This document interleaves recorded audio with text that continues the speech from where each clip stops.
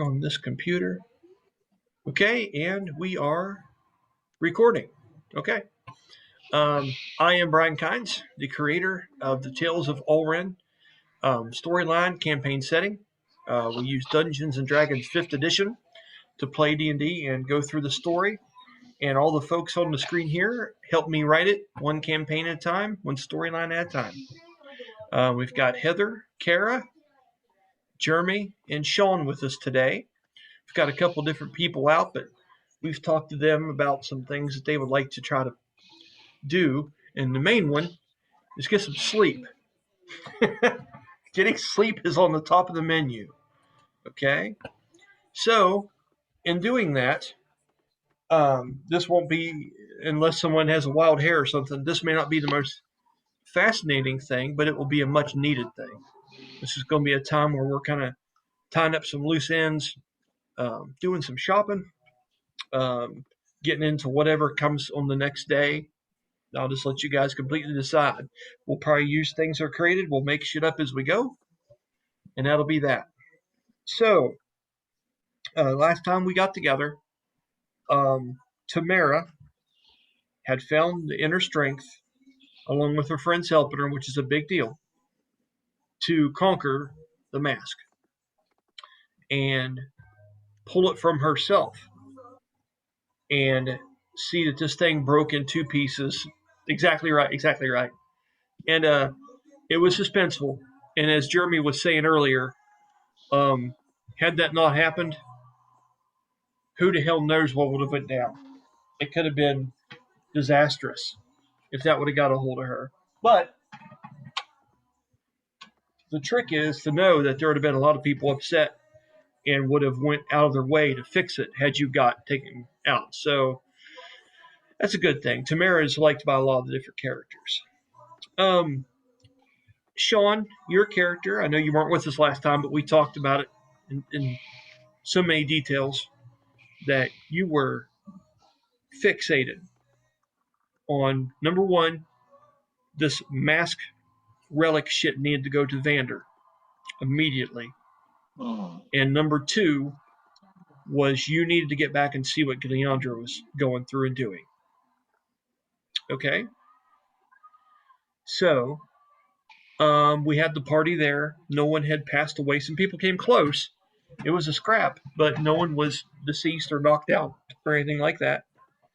If you could remember, you guys were back in the middle of that dark alley, that town. At that point, I'm going to kind of paint a picture for you, and I want to go around and ask people what they want to do next. Okay? So, once you say that, Sean, I'm going ahead and playing for you to the point where you're headed towards the ships. Okay? Are you asking anyone to go with you? Or are you just in your haste and going alone? It's up to you. I don't want anyone to slow me down, so I'm just going. Okay. So I'll get to you in just a moment, okay? That's fine. So, Tamara, in D&D we can say that a curse has been removed and you feel fine rules-wise. But for development purposes, the way Tamara feels about this right now, mainly it's up to you, of course, but she feels like she has just been in an epic battle with someone in her mind. And although you won, the remnants of that are still clinging on to you. You don't feel 100%. Okay? Now, you guys all know where your hit point totals are right now, correct? You at least have that information semi-handy, which hopefully doesn't come up. But you know how this game goes, right?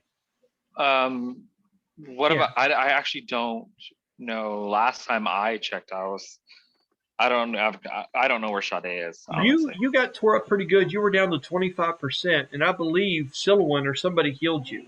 Silowin was did really good of doing Healing Word as a bonus action, and kept fitting that in there, and was doing pretty well with it. And Promise, did you do any healing as well? I can't remember right off, but I know. I mean, it got to the point where Tamara's like, I'm bloody. I think I was the only one who did healing, but didn't you do a lesser restoration at one point? I think I got myself out of bloody because I have 64 health points, so I got back to above half. Okay. I don't think I did any healing. Okay. Okay. So I would say I'm only saying because right now on my character sheet, it's at I'm almost at max health, but I know I wasn't at that during this fight. I'm going to say you're just. I'm going to put you at bloodied. So that's about. I know Sade was in pretty rough shape. Well, there was I was getting worried. Yeah, and there was some shit there that was going on. That's one of the main things. I remember Scylla when you did heal him, if not twice, at least once during that last one, if I remember right. I'm pretty sure I healed for 9 or 18 points. Sean twice. Yeah. 9 each. Something like that. So. And I think I healed you once, and I may have healed Dahan once. You did. I remember that. I told Danny about that one. So I should be at about maybe half. That's what I'm saying. Yeah, you're just about over bloodied. Yeah. Okay. Roll you 1d6 and go that much more over halfway. Okay. Okay. Okay. Sweet. Okay. So with that, Sade takes off. Yeah. I'm gonna say with Tamara being kind of shook to the core and might be physically, not completely damaged. I'm gonna say she's pretty emotionally damaged at this point. So I would say she would probably head towards the drunken mug and want to get some alcohol just to try to sleep through the night and start anew in the morning. Nice. And just for your information, you could do that.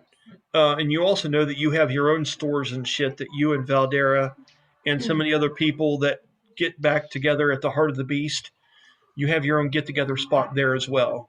I don't think Tamara wants to talk to anyone, especially Valdera, right now because of what she saw. So she's going to go the loner at the bar, just clear her mind with the alcohol and stumble. I like it because you held out for a long time. I mean, you were playing the adult role pretty good for a while there, so you deserve it. It's all good. Okay. I just check and see. I check on everybody and see if they're all right. Silhouette, with your hearing being the race you are, I want you to roll me a perception check, please.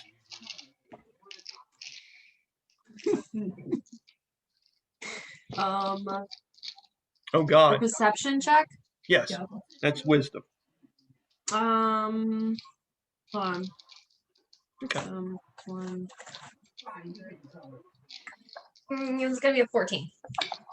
Okay.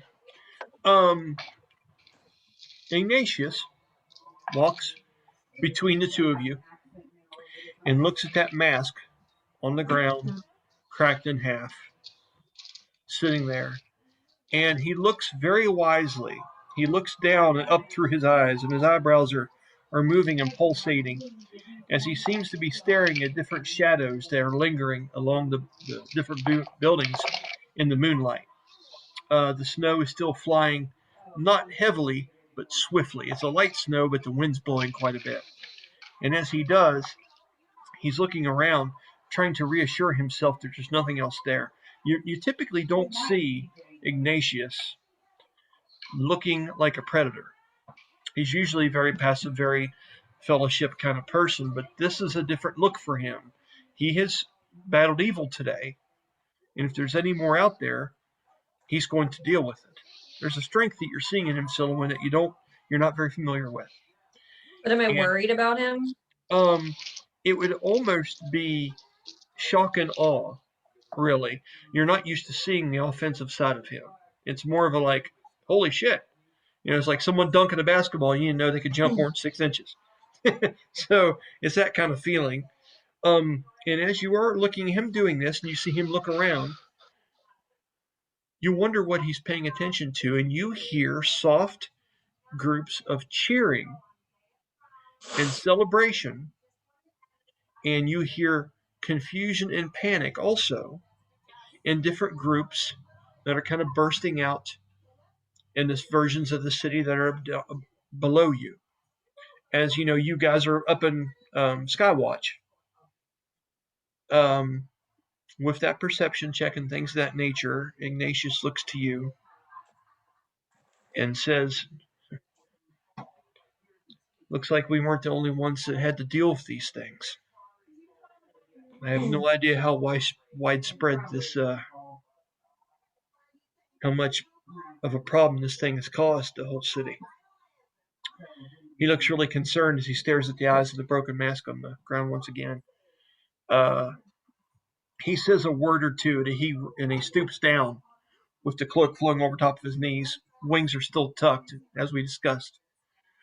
Puts his hand out, and he's almost, it's strange, he's almost shushing the mask like you would see a gentle parent shush a small child that was upset in the words and things that he uses.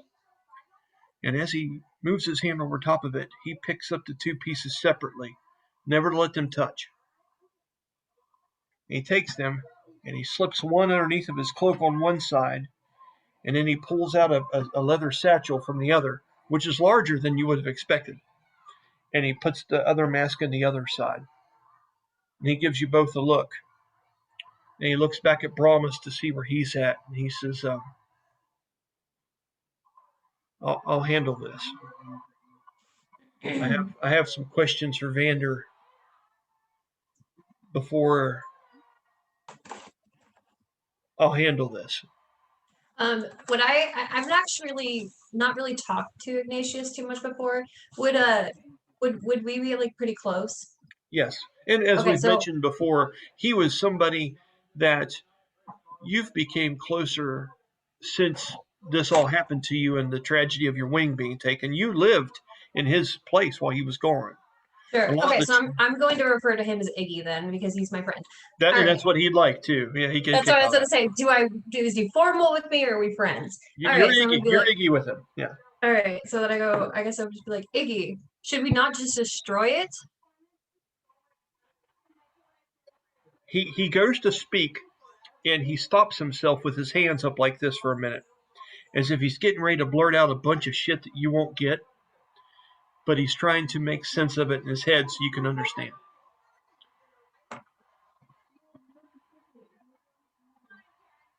Things like this, Silouan, don't just go away so easily. And even if they could, I don't think any of us here possess that ability. There's something different here. This was created to be chaotic and destructive, and we've seen that already. And he gives Tamara a longing and proud but sorrowful look at what you've had to go through. And he says, it's odd sometimes the way I find myself in positions that require my skill set, but I'm glad that I have this now because I can make sure of a couple things. One, this doesn't get created again. And two, that it never gets used again. Destroying it, that'd be a little bit of a reach for me right now. Well, I mean, it's already destroyed. What if we just dropped one half into, I don't know, a volcano and the other half into the ocean? At that point, when you say that, Miyasha steps up. She goes, but is it? Is it really destroyed, you think? She says, tell me this. If an army is divided up into two separate pieces, but they still have a common goal in mind, they've not been destroyed, Silouan. They've just been divided, waiting. But not if they can't do anything unless together. She looks at Ignatius for a long moment. She goes, so you suggest we take the first half, Oh throw it no, into a volcano? I suggest nothing. I am asking what we should do as a group and as friends. Okay. And she says, that is ambitious and noble, she says. She looks at Ignatius and she goes, do we give this to Vander or do we decide the fate? Since we are the ones that have had to seal it, since I've seen, and Miyasha's saying that, she looks over at you, Tamara. Some of us are the ones that have had to deal with that cursed thing. Ignatius has a very stone face on. He looks at you, Silouan. He looks at Miasha, and he's calculating. He gets your point, and he's thinking about it. Brahmas will step forward and look at Iggy. Yeah. My one concern about all of this, if we give it to Vander and he puts it somewhere safe, while this may be on the scope of our humanity and our ability, if it is not outright destroyed, what stops this from coming back in 100 years, 200 years? Even with Silouan's suggestion, the volcanoes will eventually harden. Someone will harvest the stone. So what stops us from just destroying it altogether? Ignatius shakes his head like a few seconds before you end your conversation, as if he's starting to get what you're saying. Okay. With that, he would say, I hope you're not finding this answer stale. He kind of chuckles a little bit. He has a kid-like chuckle about himself when he finds himself perplexed or out of his league. And he says, that is why I would like to ask Vander. How much do we trust this Vander? Do I know Vander very well? I'm assuming I don't. You do not at all, but Yeah, so like I'm just over here like we just risked our lives to get this mask to save people, and now we're gonna give it to this random man I do Silouan, not like. you I know him trust pretty Vander well. with my life. Yeah, Brahmas knows him pretty well. Tamara knows him well. If Yeah, you not know for him pretty Vander, I would not be half of what I've become. And All right, well Tamara, then, go ahead. I'm since sorry. Brahma said that, I back off. Which is very respectful. That's cool. Tamara, you would know that he houses things like this to keep them away from people where they don't do damage, and they're studied to see what created them.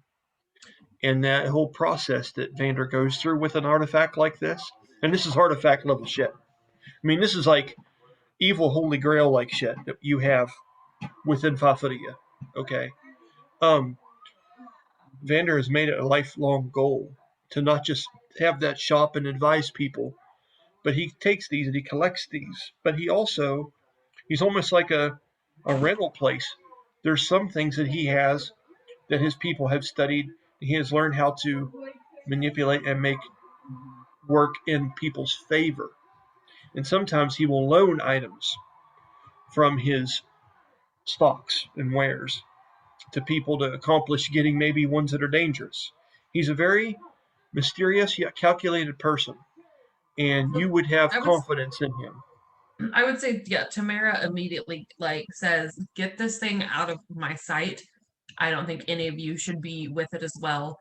Give it to Vander. Let him handle it. Just very like, get it away from us. This is Vander's specialty. I trust him." And as you say that, Miasha takes a step up and steps in Silouan's direction with a grin on her face, almost seductively in a way, showing a little bit of her tooth as she smiles. And she kind of, Well, Silouan's into it. I'm sure, as she as she does, she's kind of. But there is something to be said for Silouan's point. It's good to question things, even if the answer seems obvious to the rest of you. It's good not to be conformist in these times. That's why we She keep looks at you Sylvan. and she smiles and gives you a nod of appreciating the fact that you brought up a very valid point, you know, in a situation where the option seemed obvious. She Sylvan likes vowed that. to herself that she was going to back off, but she just has one more dying question that she doesn't know what to do about. So Spit she's it just gonna out, say girl. it. Spit it out, girl. How do we know that he can protect these things? He's only a man.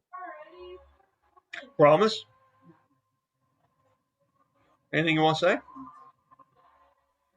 If only you'd seen the vaults.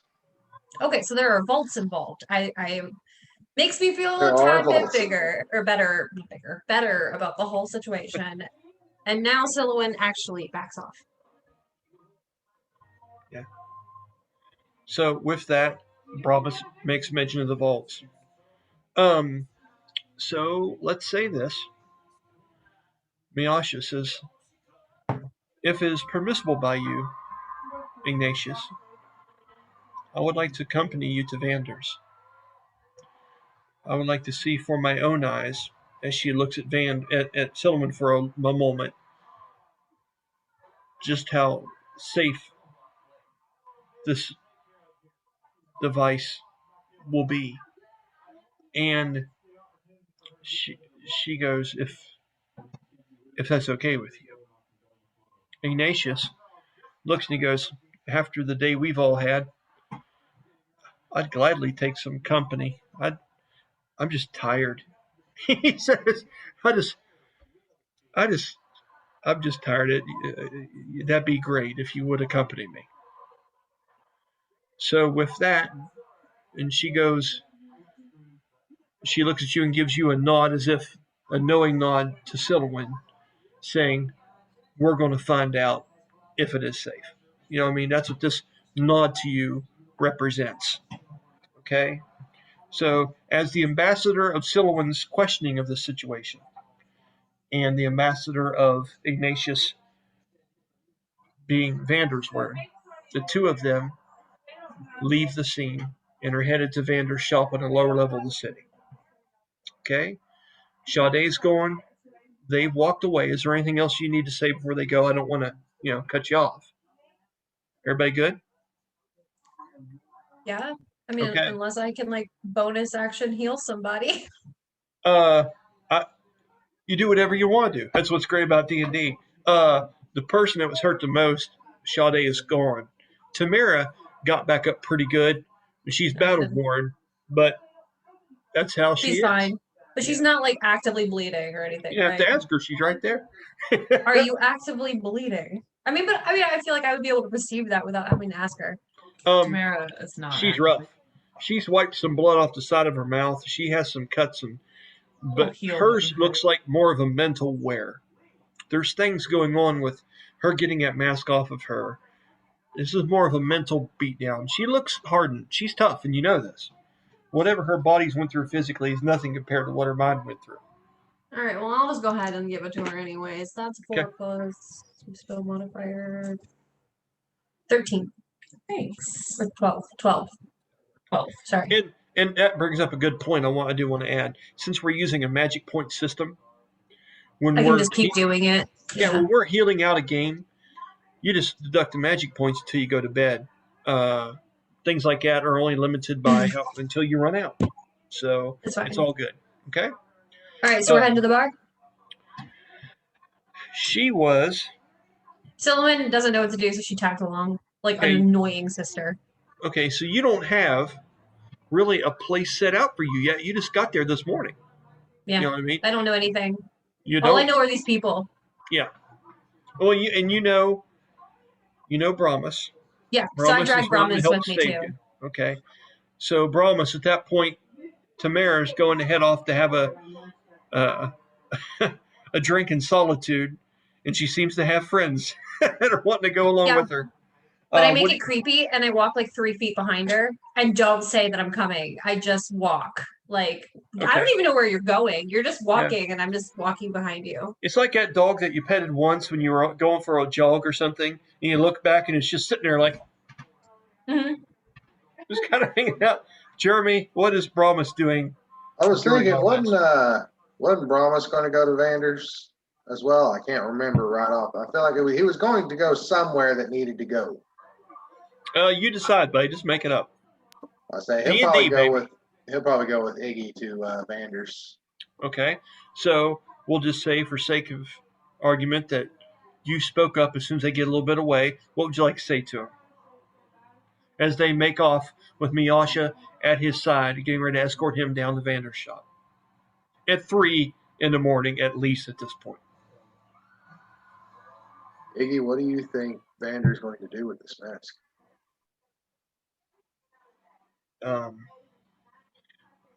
He says, I don't know his normal process, to be honest with you. I'm not even ever asked him for anything personally. I'm still, although it doesn't feel like it, I'm still kind of new here. I know he has a great knowledge of how to handle things like this.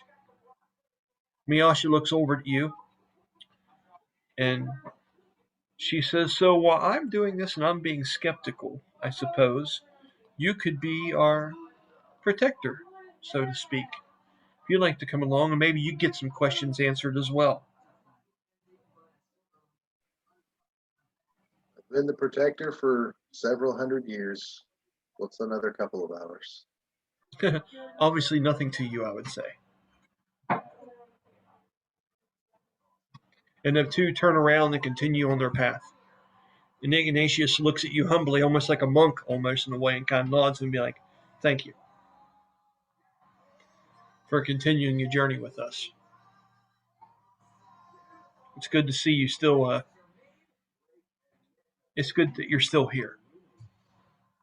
Because he thought he might lose you. I mean, he was there on the foot of the mountain the day that you were taken.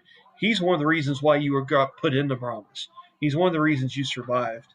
So he feels pretty good that you're still around. You know what I'm saying? Okay. So Despite everything going on, I still owe quite the debt. And it's a debt that I intend to play out.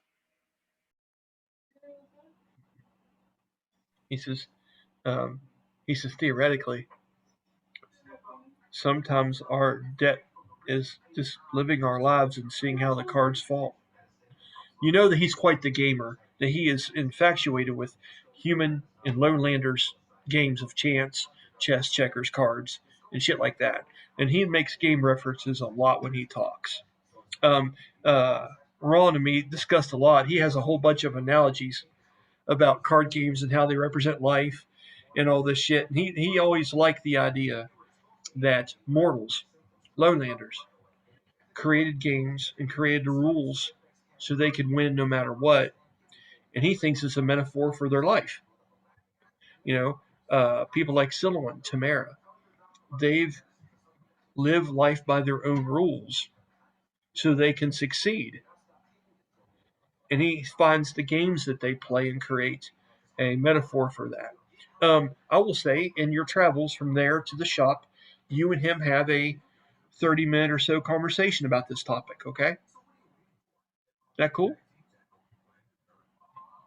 Okay. Can we also say that while Silouan is like awkwardly following behind Tamara, that she like pops her head around and is like, "Dahan, you coming?" Okay. At that point, you would realize that Dahan was gone, and if Silouan wanted to go alone, let's just add this in quickly. After she got so far away, he had a ship captain there that he had to worry about too in Aeolus. Once Silouan goes so far away, Danny's character kind of looks down and looks that direction, looks back at you for a minute, and seems kind of torn between what he wants to do. And he says, "I've got to go." Do you need help? I don't know, but we've been through worse. I'll find you. Maybe I should just go with Dahan then. If he doesn't know if he needs help. I mean, Tamara's going to get drunk. She'll be fine. That's your call. What do you want to do? All right, I'm going with Dahan. Okay. So I was continues. creepily following behind Tamara, and then I just stopped in my tracks and I turned right around and run straight towards Dahan and hopefully fall into his arms. Okay. Wow. So, and here's the thing. This is what D&D does. So, we're going to split this up into different parts, and we're going to play through them in movie scenes, okay? And that's perfectly fine, because that's, you guys got the keys to Lamborghini. I've said it before, and I'll say it again. So, Tamara, I had no idea you were even following. Yeah, right. Nothing's changed for you. You turn around. You turn around. You thought you heard something for a minute, and all of a sudden it's her going. It's like, what? Why you got those tattoos? Why are you so big? Where are you from? What's going on? She's just kind of following him as the two are running off towards the ships. Let's go ahead and catch up with Sade for the moment. Okay. So we have 3 pretty interesting groups here. And Tamara, you are given that solidarity that you wanted.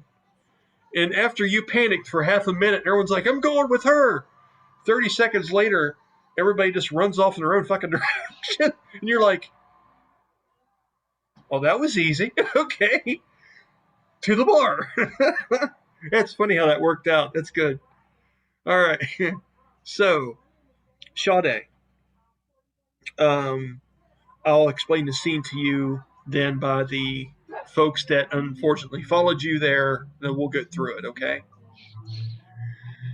So, as you head to the dreadnought and you are passing people that are still, okay, let's say you run past the main plaza there, like Carol was talking about, in front of the crow's nest. You see groups of guards in the black and gold, but they are part of Skywatch. They're not from the lower, fully sworn in guards. They're the new makeshift, kind of more like mercenary type that Skywatch is starting to adapt. And they're all talking about major battles. You see a couple people laying down on the ground that are hurt. You see Trevidel, which is the large. I explain to you who Trevidel was? Do you remember that name? It sounds familiar. Trevidel was also an airship captain until he retired, and he is kind of like the Valimar of Skywatch. Okay, he's kind of the big dog up here that the king has said, we'll give you rule over this. You're going to be the sheriff of this, for lack of a better term. He looks like Val Kilmer for when he played Doc Holliday. He's a little bit pale. He has that suaveness to him. He has a Russian accent. He always wears a large red velvet feathered hat and wears a red velvet like overcoat like a sky captain would. And he has several different guns and shit on him. Okay. He owns the crow's nest. And he's very eccentric, very suave. He's out there, and you can see his gun barrels are damn near just now cooling down from smoking red, and talking to different people in that accent. And he's talking to him like, "You must search every corner. No stone is to be unturned before I get sleep tonight."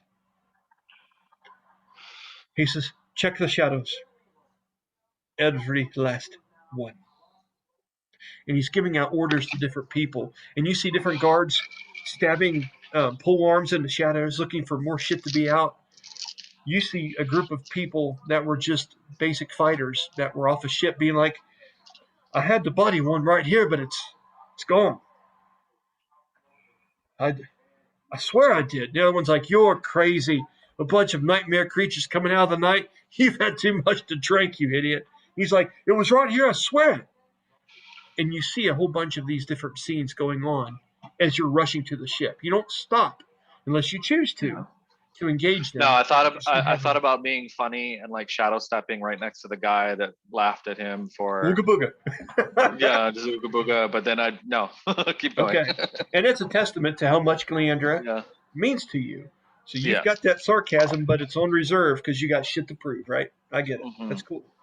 So as you get close to the dreadnought, you see something very interesting. You see Aeolus standing on the bow of the front of the ship where the ramp would go up to it, where it is swaying ever so gently up there. The wind is really coming down. Like I say, a little bit of snow, but the few flakes that are whipping by fast, like light speed, okay? And you see him with this long marksman's rifle with several different scopes and 3 long barrels over top of his shoulder. And you see blood dripping down out of one of his arms, and he's standing on the ship, kind of leaning on the railing, exhausted from battle. And that would be the first person you would see. He's got his back to you, and he's looking into the ship, but he seems to be resting from something he just went through. Okay. Do you have something to say to Aeolus, or are you rushing past him and going on? Going to snap Isadora into existence if she wasn't already. Okay, cool. And have her just like fly ahead of me a few feet to caw and kind of like signal to Aeolus I'm coming, and then rush right past him. Okay, so as you do that, he gives a look over his shoulder, and as you rush past and you're moving very fast at monk speed, you hear a Mhm. weary Aeolus say, "It's done."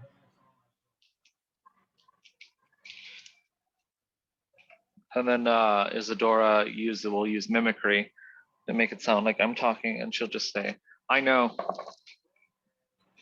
Okay. as I walk past, Now you're as I slowing run down to a past it. walk or a run. Yeah, Okay. yeah. So yeah, like a brisk walk because I know I'm heading Okay. into the ship. I don't want to like run and smack myself into a wall. Isn't that bad? So When we make you role play it, it's like you run into the wall. That's when we overdo it. Okay. yeah. So he's Olympic walking. yeah. So as you get there, that hatch is open that led down to Mhm. that corridor where all this shit initially took place. And as you're down there and as you go through that door, are you running completely through the hallway back to where that room was where she was at initially? Yes, but like I said, I'm kind of like slowing down and just trying to like Okay. breathe, take it, really be observant of my surroundings. I know the immediate threat is over. I just don't want to be caught off guard. I get you. When you get to that, if you remember correctly, it was a T. When you Yeah. go down, it had to break out. That's because you had to go through that wishbone like S curve when you were dodging attacks a couple episodes ago. Mhm. You can't help it when you're in this corridor and your face is that close to the shadows, which is your home, the place that Mhm. you've learned to walk through. For the first time since you can remember, you feel uneasy around your own element. And Mhm. it's just the gag reflex of going through the shit that you've went through. It's a very unique feeling. So keep that in mind when you're portraying your character moving forward for a little bit, okay? Um, as you approach further, I want you to roll a perception check for me. That's 17. It's pretty decent. With a 17, you can smell and still see the fog and residue of gunshots blasts that have certain arcane smells to them. You know they came from Aeolus's guns. Mhm. It's a mixture of sulfur and gunpowder both. It's arcana and also something new. And you see boards that are shattered in the side walls. You see the remnants of things. You actually see two of those black iron corroded daggers that are Mhm. still laying in the floor of this place. And the door is wide open with a dim light coming out down the hallway in front of you. We said it's probably about 20, 25 foot. Mhm. The other thing you notice with that 17 is you hear a very light speech. Mhm. This speech sounds familiar to you, but you don't know where you've heard it. And it Mhm. sounds old. It sounds like it's a young person's voice, but these words are being spoke of an ancient language. This sounds clerical. Okay? Mhm. What are you doing? Wait, clerical as in by a cleric or as in an office worker? A cleric, Sean. okay. Yeah. Shit. Okay. For clarification. And you will run into a wall next time, so help me. All good. So what are you doing, buddy? You run up to the I'm door, you gonna looking in, what are you doing? I'm gonna slow my pace down, approach the door quickly, and just listen in intently on what's being said, and see if I can understand what's being said. As you go in, you see Oma's back. Mhm. You've met her briefly. Mhm. You see the new blue um, hide and large white fur cloak that she was given as a gift on her back. And you can see the braid around her head and her dark brown hair from the back. She's a small Mhm. person, and she seems to be singing some kind of incantation. And as she's doing this, you see Gleandra sitting on the floor, not on the bed, but on the floor, hunched over. And the Medusa, the serpents, the basilisks, if you will, seem to be moving very, very slowly. Okay, but they are in motion. And you look down, and you can't help but be aghast a little bit.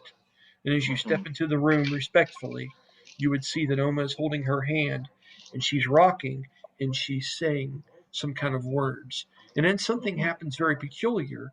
You see her look towards the wall, and she says some things in this tribal language. It looks like she's speaking to someone that's not there, as if Mhm. there's a spirit present that you can't comprehend or see, and you know you've seen her battle. You know Mhm. what she can do to a degree. Oma is here on Aeolus's behalf, trying to help Gleandra face the aftermath of being stuck in this prison of a relic for so long. Um, you would see the darkened blue tinted blood of Gleandra has seeped up and made a decent sized wound on her side. It is just began to pool below her right thigh, below her, but it's not growing or bleeding out as it would be someone that was going to die any second. But it is there. Mhm.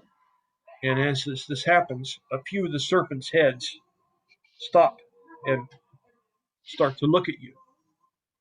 And as they catch notice of you, you hear her take a deep breath with unhealthy sounding lungs. And she looks up at you. Mind you, this is a Sigourney Weaver looking character we've Mhm. discussed. Mhm. And she looks up at you. And she tries to fake a confident smile, but she winces. Oma turns back around and looks at you for a minute. Her eyes almost are clouded over as if she's doing something different. The cloud breaks from them, and you see her beautiful big brown eyes. And she looks at you, and she goes, "She's going to be fine, but she'll need to stop being so stubborn. But she's going to be fine."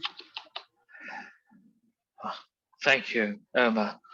Thank you for being here, for helping. Oh, I'm so worried. Yes, she can be quite stubborn, but I think maybe she's learned her lesson this time. And she laughs a little bit, but then a cough stops it where she's hurt, and she goes, and this is Gleander speaking. She goes, Mhm.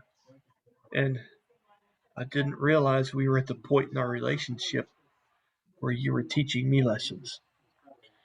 But maybe we should have started that sooner. I'm willing to Maybe admit indeed. that. Yeah.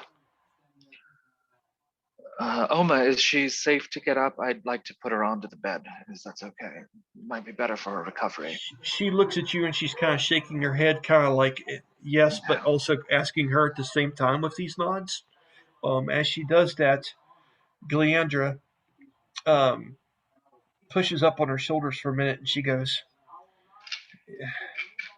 "Yes, but with everything else, it will require your help." And Of she holds a course. hand out to you.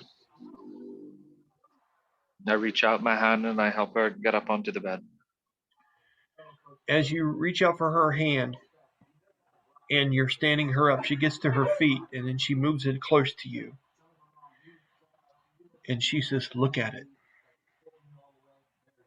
And when she does, you feel her hand tense around yours. Mhm. And when she's turning her arm, what are you doing? I will look down at her wrist. She goes, "If I have you to thank for this, then our dynamic has changed." And she's mentioning the fact that this tattoo is gone. Hmm. Okay? Well, She goes, mhm. "How long did you know?" Well, I only managed to put the pieces together the last couple of hours, but I've been investigating it for quite some time. Okay. Um, with that, she looks like a person that has been betrayed. Hmm. She is now coming to the realization where the two parts of her are meeting and consulting each other about what the last year of her life has been like. That Mhm. makes sense to you, Sean? Yeah. Okay. And it is a hell of a struggle for someone that is so confident and so Mhm. seductive in her nature. This is a harsher version of Gleander than you've seen for some time. Okay. Um, she says,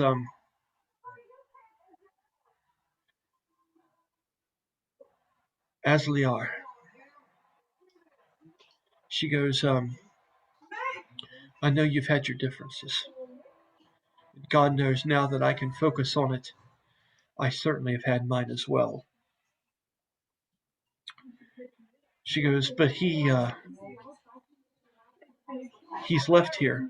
He was too upset to speak with me about this.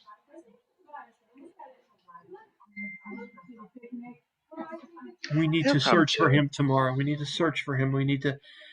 I don't know if I need to thank him or bite him. Thanks would be in order. He helped me see clearly. You two work together? In the last few moments, he managed to bring clarity to where once there was cloud. She goes, everything's fucking chaos. She looks up comically. She goes, the only reason that you two actually worked on the ship is because you contradicted each other.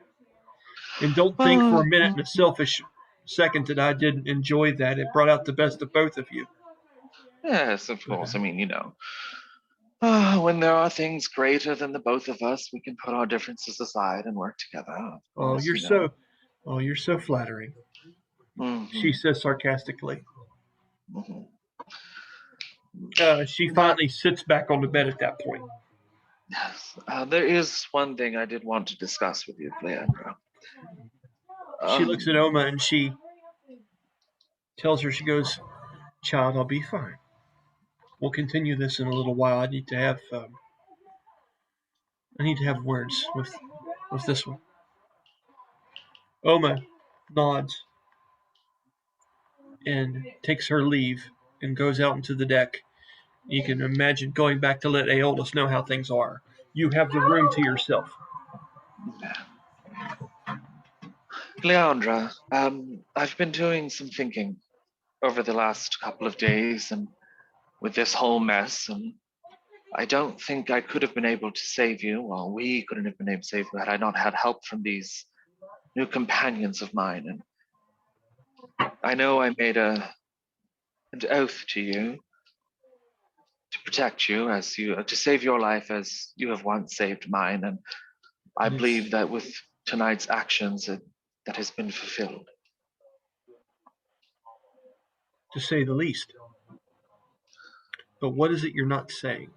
You still haven't asked me the question. And she gives you I a long look, almost sorrowful, like it's almost like she's looking at an 18-year-old kid getting ready to say, I'm going to move out and I want your yeah, blessing. She has this yeah. kind of look in her face, like she is respectful of it, but she is trying to be strong, but she's worried about what's getting ready to come next. I've been giving some thought amongst my investigation and my musings about, who am I and what is my purpose? And for the longest time, it has been to protect you. Now that that has been done, I need a new purpose. And I believe that with these new companions, I can find that new purpose. And I'm asking She smiles and looks if you down. Go ahead. Go ahead. if you would grant me leave to find this new purpose.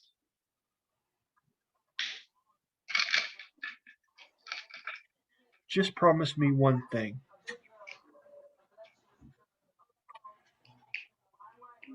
Yes. When you have your own ship,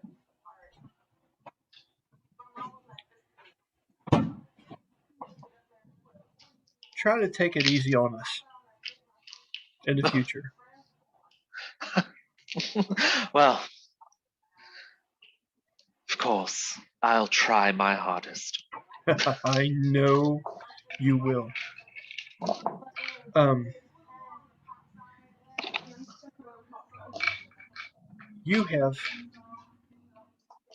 helped me learn how to be sharp again by focusing on resharpening your blade. And if you ever have use of this old hag ever again, for whatever reason that would be, because I don't feel that this is going to be a modest break of us, Sade. You've tethered yourself to me unnecessarily for too long now, and to be honest with you, I've taken advantage of that. Wouldn't be the first time someone's taken advantage of me. I just want you to know that we have a bond, you and I, that surpasses anything I will have of another person on this ship. I've seen you grow. She goes, and I hope I've taught you not to trust anyone, but to have extra trust in yourself. Yes. Leandra, you were the mother I never had growing up. Well, everyone And has to move away eventually. I will forever be grateful for it. If you would, please tell that buffoon, Aeolus, that my heart's still beating, that I'm fine, if Oma hasn't already taken care of that. And I would like to meet with you in a week's time from now on my ship, so we can discuss moving forward. And Very see well. if we can come to some arrangement. She reaches out for your hand, beckoning for it. I reach my hand out.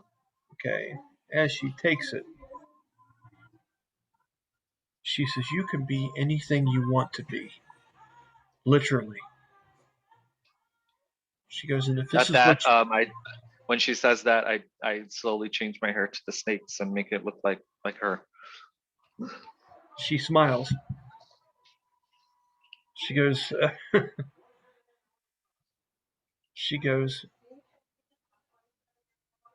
"Choose wisely. Not many of us have that ability." And at that, my hair turns golden and it comes down. My skin is white, and I just go into my true form. Okay. She takes her hand and caresses the side of your face. There's the child. She smiles, and tears well up in her eyes, but they do not release. She lets go of your hand, and she lays back on the bed, and she turns away from you, trying to hide the fact that she might have a breaking moment. And with that, we can end that scene there if you're okay with it. Yeah. Sade will respectfully turn around, walk out, changing back into her Sade persona, and close the door behind her. Very good. And give her some time back to herself. That's a really good scene. Good job, buddy. That was nice. That was good. That was. I didn't know how that would go. That was good. Okay, let's go ahead and jump to. So we are going with Ignatius. Or no. Who else was following you? It was Miasha and Brahmas, correct? Okay. So, as you walk back up the hallway slowly, okay, it was no, it wasn't. It was Miasha. No, it was Dahan and Brahmas. We're going to the ship. Miasha was going to. Oh, sorry. You're okay. It was Brahmas and Ignatius were taking the relic to Vander's, correct? Yeah. And Miasha. You had it right the first time. Okay, I thought Miasha. Yeah, okay. So it's Silhouette turned on her heels to accompany Silhouette and Dahan are going to the ship. Apparently, I'm just following Dahan. I have no idea. Silhouette and Dahan are going to the ship. Yeah. So, okay. Oh, just a minute. Aloria, it's popcorn time. My teenage daughter's like dancing some dance in the middle of it. Okay. So, okay, a lot of folks keep track. By the way, that's going to be my new catchphrase now. It's popcorn time. It's popcorn. That's going to be the episode number 31. It's popcorn time. It happens. It happens so easy. That's what I'm saying. Act 2. All right. So let's get to Silouan and Dahan heading wherever Dahan's headed. Okay. So, Silouan, you remember these docks because it was where you first came on that small ship that was called a Roselia's Eye. It's the ship that you came over in, a smaller ship, almost like the size of 2 vehicles. Okay. And you recognize the place you're going back to. And Dahan is in haste. He's moving and jogging along pretty good. Um, as you're going, is there anything you're asking him as he is headed in that direction? You know it to be the place where the airships are docked. Sure, I guess I'd just be like, I don't mean to pry, but what are we doing? He looks back and he goes, whatever that was that came from the shadows, it's happened everywhere. Everywhere. And if that mask came from Galeandra, then we need to get back and see to her. And see to Aeolus and see what's transpired on the ship. Wait, do you mean it happened everywhere in the city? And as you say that and you ask that question, you start thinking about all the different things that you're hearing. Like I said, you're hearing victory things shouting up from different parts of the city from below. And as you guys are making your way, you see a lot of things that I described to Sean earlier. And by just looking for that moment, you realize you've answered your own question. Okay? Which is absolutely. It seemed like these things erupted all over the city for that brief time. Do I know Aeolus and Gleandry? Gleandry. You do not, but Okay. you've heard Dahan speak briefly of the ship captains of Aeolus and Gleandra, and when you first went into the Drunken Mug, they were the 2 Yeah, I airship saw captains. them, but I Yes. don't know anything about them. No, but you Okay. identify those faces with those names. They are airship captains, and Dahan seems to be concerned that that's where all this started at. Okay. That's what you know. So Dahan, are these people bad? Are we trying to stop them? Depends on your definition of bad. Well, are they trying to hurt people? No. You work Yeah. for them? Yes. And he keeps jogging. No, I'm jogging with him. I know. So what are we doing? We're going to check on them to do what? What is the purpose here? I need to know before we go in there. He stops. And he turns around. And he puts his large hands passively on your shoulders and he looks at you. I wink. From like a foot from like a foot and somewhat taller than you. He goes, I'm going back to possibly rescue a person that has rescued me in the past. And I could use your lance. Are you with me? You have me. I am yours. Well, no, then, you have and my he turns lance. around and he heads that direction some more. And he's going faster now. All right, I keep up. Okay. As you guys sporadically make your way to the ship, you will see Sade walking off the ship, and she seems to be saying something to Aeolus, which is the person that looked like, we've said this before, he's the actor that plays Lucifer in that TV series Lucifer. That's who. I'm also attracted. Okay. I don't say anything though. Write it all down. I want to see, like, you know, when you see the crime shows and they have like the circle in the middle and there's all the threads leading all the different names. You need to create Silouan's love triangles. Silouan's love triangle. Needs to be done. And I'm talking octagon because the triangle doesn't have enough sides for what she's got going on. It's Silouan's dodecahedron. Silouan's D20. I can't remember if we Silouan's talked about this, D20. but like I'm basically playing Eve from Lucifer. That's kind of who I'm basing my character off of. So she's you two got to get together then. You're going to love him. This is going to be interesting. And just wants to have fun because she doesn't know anything else. Well, there's fun to be had. So as you get there, the they're having this short conversation. And as Aeolus gives Who a nod, is? Aeolus and Sade. Sade. Okay. Aeolus has his back, just like I described before. His back is towards the ramp that leads up to the Okay. Dreadnought, the mightiest ship here in New Gemnar, the very military, the very heavily fortified steel, cold-looking vessel. Okay. Okay. And Sade, at this point, you see Isadora, the raven that he summons, kind of come past you guys and do a cry and fly out into the streets where you guys have ran from. And Sade looks distant, as if she is having some kind of thoughts as to what has just happened. But everything seems to be peaceful looking on the ship as Dahan comes to a slow jog and then a stop at the bottom of the ramp where Sade would be leaving. Sade, to get back into this moment, or Sean, as you're walking by Aeolus, he's still there, and he's reloading the gun, and he's doing maintenance on it. Okay, as you go to walk by him, he would say briefly, as he kind of looks up at you, and this is the Lucifer character. He goes, "Everything seems to be okay down there, yes?" Yes, she's fine. She's alive. She's just exhausted, as am I. What a night.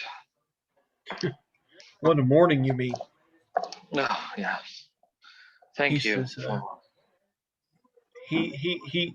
When you say thank you, he's nodding in the middle of that already, and he says a debt was owed. And to tell you the truth, Sade, I've kind of grown fond of Galeandra. I like her audacity. I like what she brings to the table here in Skywatch. And Hey, if you guys get together, you guys can start a fleet. he said, well, we've made some plans so far, and hopefully we'll get her back on her own feet soon and see how this bounty hunter thing turns out. I expect some distance between you two for a while, so I'll keep you posted. You just let me know what you need to know. Of course, of course. You know where to find me, which is Yes. a lie lung. You're familiar.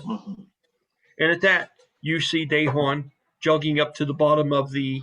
Did you just give her the full? Damn! I got distracted. She said she was gonna fight me, so I provoked her. That's fantastic. Listen, there are very few things that would get us derailed from this game, but if some shit like that goes down, I'm just saying we might have to just take a time out and check it out. We'll see what happens. 6'2" Kara versus I'm just saying, 5'5" Heather. Heather, I'm wiry. I appreciate your gusto and your passion. I'm gonna tell you what that Kara's will knock you straight the fuck out, dude. It's gonna be bad. It's gonna be I would bad. just have to sit on her and she'd be done. Kara's got like bonuses of +4 to her attack. She got like a She couldn't -2. hit me. I guarantee you couldn't do it. She has bad knees. I'll just hit her in the knees. Yeah. God, dude. Hey, I reckon really all you got to do is just like put your hand out. Hold her at bay. You would probably get told off pretty good. I believe Heather could throw some words and make you feel I'm bad actually about your life. terrified that Heather would murder me. She is wired. I'm the scary one in the relationship. It's like when you're sure. forced to pick up a pissed off cat and you just know that I'm going to bleed before this is over. So Yeah, she's Why the I don't own a chaos. cat? I'm the Right gentle on. giant. Everybody who first sees us, they're like, "Oh, Kara, tall, scary," and then they meet me, and they're like, "Oh no, Heather's definitely the scary Yeah, one." Dude. I'm the gentle giant teddy bear. And not to get off subject too much here, but when we were first kind of recruiting to get everyone to play this game, and I was on Kara's page, and I saw that picture of you two in cosplay at that place, and she's like 10 foot taller than you. I just sit there and looked at that picture, and I was like, well, this is going to be really cool. This is going to be great. So that picture sold it for me. It was all good. The That's the Renaissance bad thing. picture? Yeah, the Oh, I ring love that. Yeah. It's like, here I am, I'm 6'2". Everybody tells me I walk around like a gorilla. They're like, oh, nobody wants to deal with you. You would be somebody. Imagine I'm just being like, female. I just want to. Right. So anyway, back to it. It's all good. A little derailed, but it's all good. It's fun. So at that point, Dagon marches up to that, and Aeolus looks over his shoulder very suavely, as if he's performed this many times in theater. And he looks over his shoulder if that gun's still hiked up there. And he says, and Aeolus has that very Lucifer sounding voice. It almost sounds similar to the way Sade is played in truth. And looks over and says, well, it's about damned time. And he goes, I'm just now starting to get the ammunition put back in my gun. I don't know what kind of damage you could do here. As Aeolus says that to Dagon, he stops and he gets flustered. And he starts looking around and stuff, and Aeolus realizes automatically that Dagon's very serious. And he goes, for Christ's sake, Dagon, I'm just fucking around with you.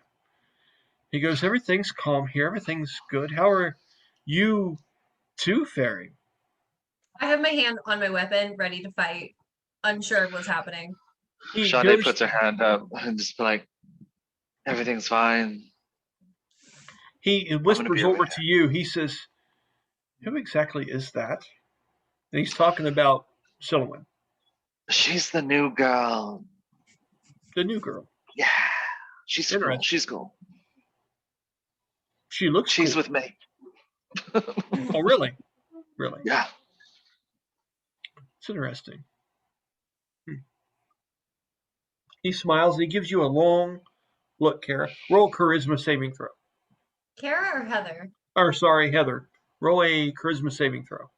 We are one. It's fine. Right on, yeah. That screen rolls a charisma saving throw. Here, was mine better? 21. Okay. Oh, yours was better. Okay. So, with your roll of a total of 21, he looks at you for just a moment, and you are captured for just a moment.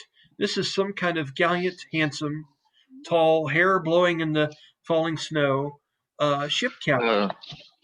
And there's this moment there where he has this look of such confidence and such swagger that you forget about Dagon and the dwarf for just a moment, and you question yourself. Oh, the dwarf has been forgotten. That's not for me to decide. I'm just saying. It's all good. I'm telling you now. The dwarf is gone. Dagon is tall. Would Sade notice Silhouette just question? Would Sade notice Silhouette just be getting like entranced by his look? Roll a perception check.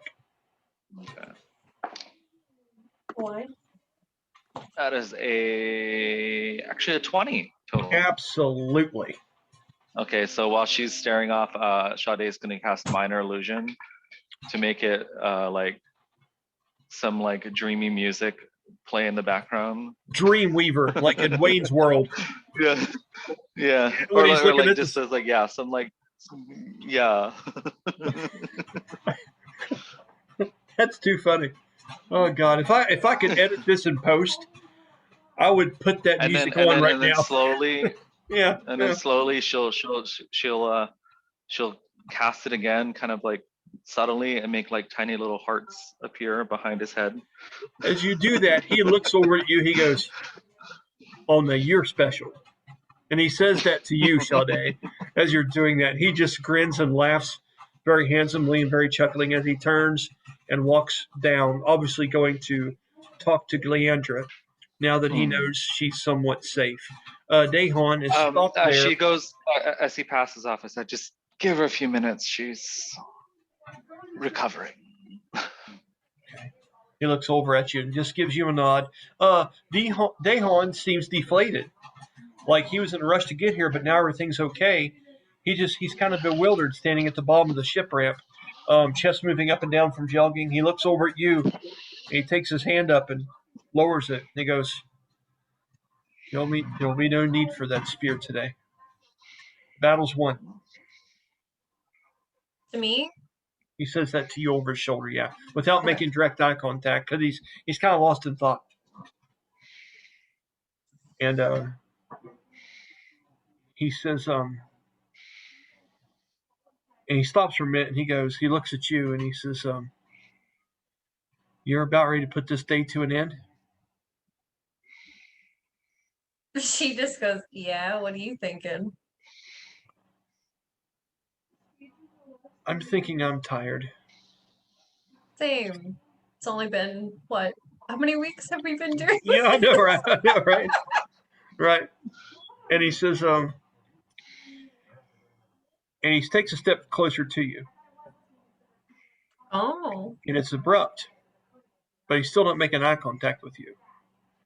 And he says, and I know that we've won a great battle today. And where I'm from, and he looks back at you, he goes, we celebrate that. Do we do that where I'm from too? Because I imagine we would. Won't you make it up? All right, cool. Are you giving me license to make up the avian world? Because I will make weird shit canon. Okay, listen. Yes, as long as it doesn't. Look at Sean laughing. He's like, "You're gonna break the game. You're gonna break it."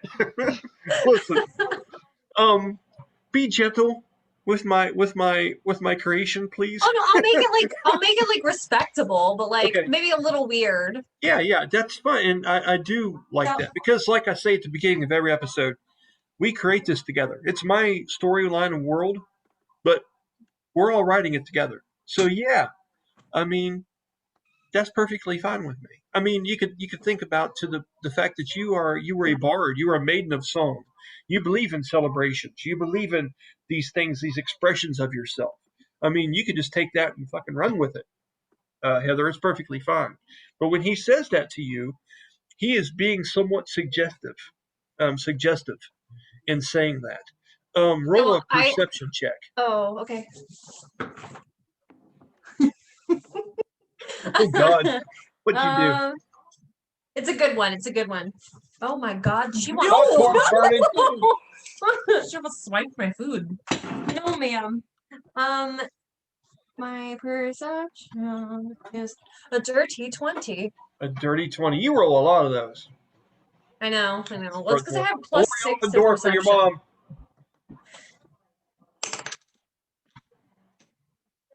Sade goes and opens the door, waiting for her mom to walk through. Okay. Sorry, we had an issue. Anyways, We got burnt popcorn. what do I perceive? Because I have something I want to say. What was your number again? I'm sorry. Dirty 20. Dirty 20. When he does this, you know, people aren't as, what I want to say, sensual as you wish they were where you are from, Sylvan. You know, it's a very euphoric kind of place, and the people are kind of pointless, and they're a little bit drier than what you are as being a maiden of song. And you've wanted adventure, and you've seen things like this. But for him to be there, to be a warrior that has just won a battle, and being so respectful, and turning around to you as large man We he both is. just won a battle, though, so like we're both Right. feeling that, right? That's what Yeah, sure. okay. That's what I'm getting at. He is saying that he does not want to end this day alone. Oh, okay. Well, no, I say, from where I'm from, when we win a battle, we will all strip naked under the moon and paint ourselves with the blood of our enemies. Okay. Do you do that where you're from?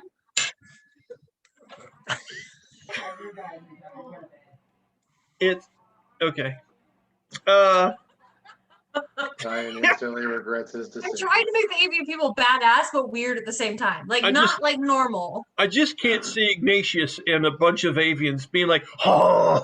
Well, that's why Ignatius is like better than the rest of us. Is that what it is? Okay. So we'll say that he detects a bit of sarcasm.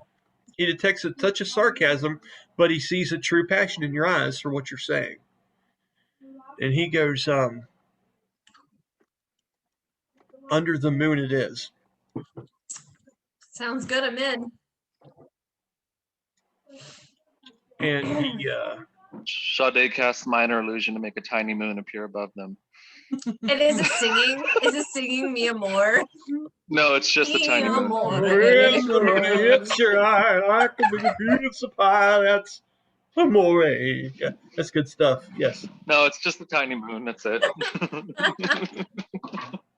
So you guys have an well, orbital and then planetary. Sullivan's like, Someone's like, Lord. "Oh look, there's the moon," and she takes off all her clothes. Okay. I was gone for 2 minutes. You were Like, gone what for 2 happened? minutes.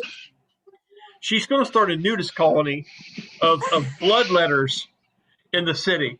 It's going to Yeah, get pretty ridiculous. much. The people are going to No, think you're a I was werewolf. kidding. I was kidding. I won't actually do that. Who was she trying to get naked with? Dan, Oh. Oh, that's right. he wants to So, take me home, and I said okay. well, I didn't Kirk finds say out about this. Your He's hair is making it a weird. mission to go find that book. right on. So, with that, he will say to you as he takes another step closer. You guys are about 2 foot apart now, suddenly, and he says to you, "Is there anything else you wish to do before we put a proper end to this extraordinarily long day?" Nope, take me. I'm yours. As you say that, he smiles, but he doesn't go a full grin. You can just see a small inkling of smile on the side of his face. He's a very stern person, and when he looks at you, it's intense and serious. That's the kind of person he is. And as he does, he looks up at the moon for just a long moment, and we will get back to that and decide a place where you guys decide to go for the end of the night. He'll take you back Are to we the lion literally going to be doing a weird moon blood ritual? Because I'm so here for it. We'll see. We'll see what All happens. right. But he is taking you back to the Lion Lung, his ship, and his personal quarters. Okay, which is only No. going to be like 5 or 10 minutes away from where you're currently at. Okay, we'll get All back to that right. in just a minute. It's Jeremy's turn to have a little bit of fun. All right, Jeremy, get in Trying to spread this. it out. Okay. No, you don't want to get in that, Jeremy. Stay the hell away from those two. Anyway, The thing is, you don't have to worry about Brahmas taking off his clothes. no, Okay, it's wait, all wait, good. wait. Brian, can we just talk about this? Like, Yeah. Daniel is cool with what you just did, right? Yes, His character would do that. we talked about it. Yeah, it's cool.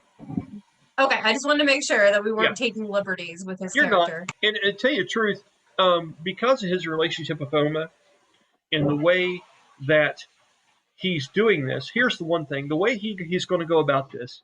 This is something that is shared between two people. This is something that's sacred. This is something that's ritualistic. Something that's great for him. But this isn't like you This guys is a are. relationship. Yeah, no, Silliman sees it the same way. This This is is like what which you is do to great. celebrate. Yeah. And he needs that to get back into the perspective of who he was. The last 9 months that Danny's been playing that character, he's been drinking a lot and acting like someone he's not been because his past is really painful. This is a step to get back into the right direction, and it couldn't have happened at a better time. So, Okay, I'm and making we're up gonna canon. I'm making up canon as we go, but like, so like in my culture, we believe in giving energy to people with like, okay. that. So there you go. We're gonna do some rolls later. Cool. There's gonna be dexterity saves. There's gonna be constitution for endurance. Lots of performance checks. There's gonna be I have performance advantage checks to involved. performance. And we're gonna see how this goes because that's fun. And I hope Danny watches this and just is dying laughing. So I hope we're so gonna do all too. that. Yeah, it's gonna be good. So well, I hope so. He's got some pretty good shit. So with that, Jeremy, you got a lot of shit. You got some pretty high bar to go. You got this shit going with those two. You got Sean and Gleandra's thing. I hope you're ready to pull off something awesome, buddy. We'll see. So you're headed with Ignatius and Miyasha to Vander's to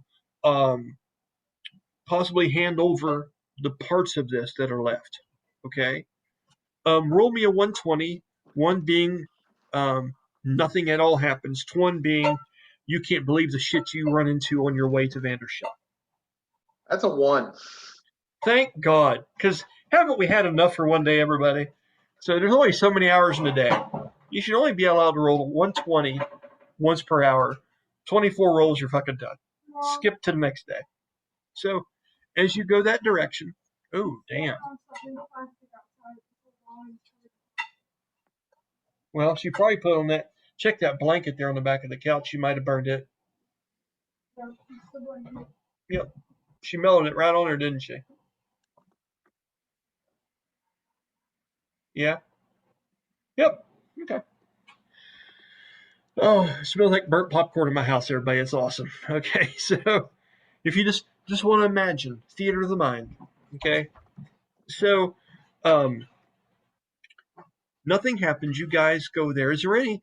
You have this long conversation with Ignatius about the um, about cards and the things that mortals and lowlanders, as they call them from Navian City, create to make their own set of rules and how they learn to live their life by that. Okay. Is there any topic at all you would want to bring up with him or Miyasha as you're headed there for conversation's sake? Not, don't be put on the spot, but if there's anything, you two are ridiculous. If there's anything, I know. If there's anything you would particularly have been wanting to talk about. I know he would have been listening to Iggy intently on the card thing Mhm. because I'm an avid card player. I love playing cards, and I feel like Merc was young, so he probably would never have gotten to get into it. He didn't, no. So he'd be listening to Iggy talk about this and be like, "Man, that's something I really want to try." It'd be like one of those things that even as old as he is, he's just like, "Oh, that's something new." Okay. But I think kind of off of that topic, once that's kind of cleared up, on their way over there, Brahmas is still a little uneasy about Miyasha.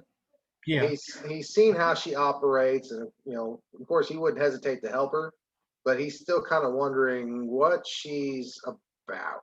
Well, let's have some fun with that. I'll start the conversation. Okay. So let's say as you are going that direction and you're just kind of silently piloting this thing as it soldiers on, looking out over top of everybody. Um, all of a sudden, you sense her looking at you for decent amounts of time as you guys are walking from place to place. And she says to you with this very pleasant and soft voice, with her accent.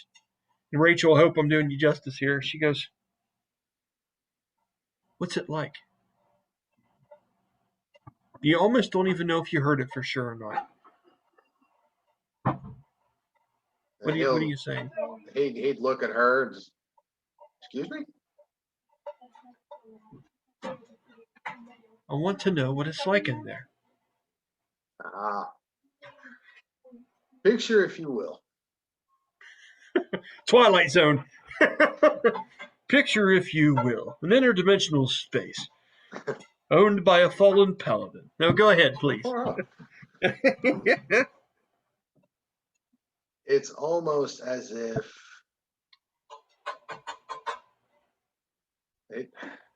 I suppose it'd be really hard to explain to somebody who's never experienced. It's almost like being inside the mind of another person, seeing through their eyes instead of just your own.